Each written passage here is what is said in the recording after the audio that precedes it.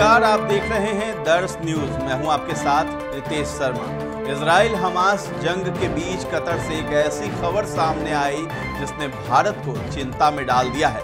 Qatar की एक अदालत ने भारतीय नौसेना के 8 पूर्व नौसेना अधिकारियों को मौत की सजा सुनाई है।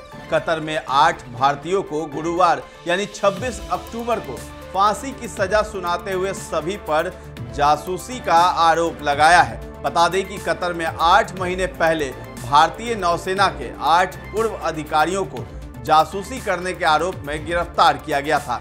यह गिरफ्तारी पिछले साल सितंबर में हुई थी। इस मामले में भारतीय विदेश मंत्रालय ने बयान जारी कर कहा है कि मौत की सजा के फैसले से हम हैरान हैं। विस्तृत फैसले का इंतजार किया जा रहा है। ऐसे में ये भी सवाल खड़े हो रहे हैं कि इजराइल हमास जंग में इजराइल का समर्थन करने का बदला कहीं इस तरीके से कतर ने तो नहीं लिया। नौसेना के इन अधिकारियों को 1 साल से अधिक समय से हिरासत में रखा गया था। मामले में जितनी तेजी दिखाते हुए कतर की ओर से जो फैसला आया है वो काफी हैरान करने वाला है। भारत के विदेश मंत्रालय की ओर से कहा गया है कि हम सभी कानूनी विकल्पों पर विचार कर रहे हैं। विदेश मंत्रालय ने कहा, हम परिवार के सदस्यों और कानूनी टीम के संपर्क में हैं और सभी कानूनी विकल्प तलाश रहे हैं। इस मामले को बहुत महत्वपूर्ण मानते हैं और इस पर बारीकी से नजर रख रहे हैं। सभी काउंसलर और कानूनी सहायता देना जरूरी रखेंगे। फैसले को कतर के अधिकारियों के सामने भी उठाएंगे। मंत्रालय ने कहा है कि इस मामले की कार्रवाई की गोपनीय प्रकृति के कारण इस समय कोई और टिप्पणी करना उचित नहीं होगा।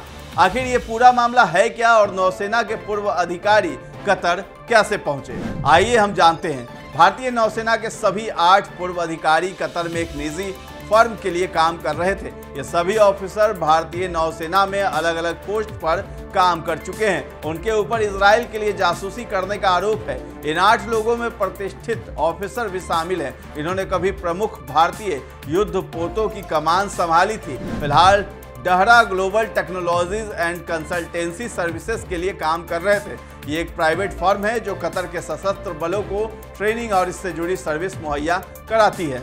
अगस्त 2022 से ही कतर की जेल में भारतीय नौसेना के 8 पूर्व अधिकारी बंद हैं। इन 8 पूर्व नौसैनिकों के नाम है captain Virendra Kumar Verma, captain Navtej Singh Gill, captain Saurabh Vashisht, commander Sugunakar Pakala, commander Amit Nagpal, commander Purnendu Tiwari, commander Sanjeev Gupta और सेलर रागेश। इन सभी को जासूसी के आरोप में पूछताछ के लिए पहले हिरासत में लिया गया। रिपोर्ट के मुताबिक इन 8 भारतीयों की जमानत याचिकाएं कई बार खारिज कर दी गई। कतर के अधिकारियों ने उनकी हिरासत बढ़ा दी थी। गुरुवार को कतर की अदालत ने 8 भारतीयों को फांसी की सजा सुनाई है। कतर में भारतीय नौसेना के इन अधिकारियों को हिरासत में लिए जाने के बाद भी उनके खिलाफ क्या आरोप हैं, ये बताया नहीं गया। अब जो जानकारी सामने आई है उसके मुताबिक भारतीय नौसेना के जिन अधिकारियों पर कतर में मुकदमा चल रहा था उन पर देश की हाई ग्रेड पनडुब्बियों पर इजराइल के लिए जासूसी के आरोप लगे हैं। कथित तौर पर ये पनडुब्बियां मेटा मटेरियल से कवर हैं जो उनकी सीक्रेट क्षमताओं को बढ़ाती है और उनका पता लगाना मुश्किल होता है। सजा के खिलाफ क्या है विकल्प? कतर में सजा पाए 8 भारतीयों के पास कुछ विकल्प हैं जिनके जरिए उन्हें भविष्य में राहत मिल सकती है। पहला विकल्प तो कतर के जुडिशियल सिस्टम के अनुसार सजा के खिलाफ अपील करना है। कतर में मामले से परिचित एक सूत्र ने न्यूज एजेंसी रॉयटर्स को बताया है कि मौत की सजा का सामना कर रहे 8 भारतीयों के पास अपनी सजा के खिलाफ अपील कर सकते हैं। इसके अलावा यदि भारत चाहता है तो इस मामले को भविष्य में इंटरनेशनल कोर्ट में भी ले जा सकता है। वहीं सबसे बड़ा विकल्प भारत सरकार के पास है। दरअसल कूटनीतिक तरीके से भारत और कतर आपस में बात करके सजा को रुकवाने का काम कर सकते हैं। इजराइल हमास जंग के बीच कतर के इस फैसले पर सवाल उठता है। क्या इजराइल का साथ देने की वजह से कतर की ओर से इतनी जल्दबाजी में ये फैसला हुआ? ये सवाल उठना लाजमी है। कतर की ओर से काफी सख्त लहजे में इजराइल को गाजा पर हमला रोकने के लिए कहा गया है। कतर की ओर से कहा गया कि वो बिना रोक टोक लोगों को मारने की इजाजत नहीं दे सकता। कतर के शासक की ओर से कहा गया है कि गाजा में बहुत खून बह चुका है और इजराइल को इस तरह के कत्लेआम की इजाजत नहीं दी जा सकती है। भारतीय नौसेना के पूर्व अधिकारियों की जिस प्रकार सजा सुनाई गई है उसके पीछे कहीं न कहीं इजराइल हमास जंग भी है।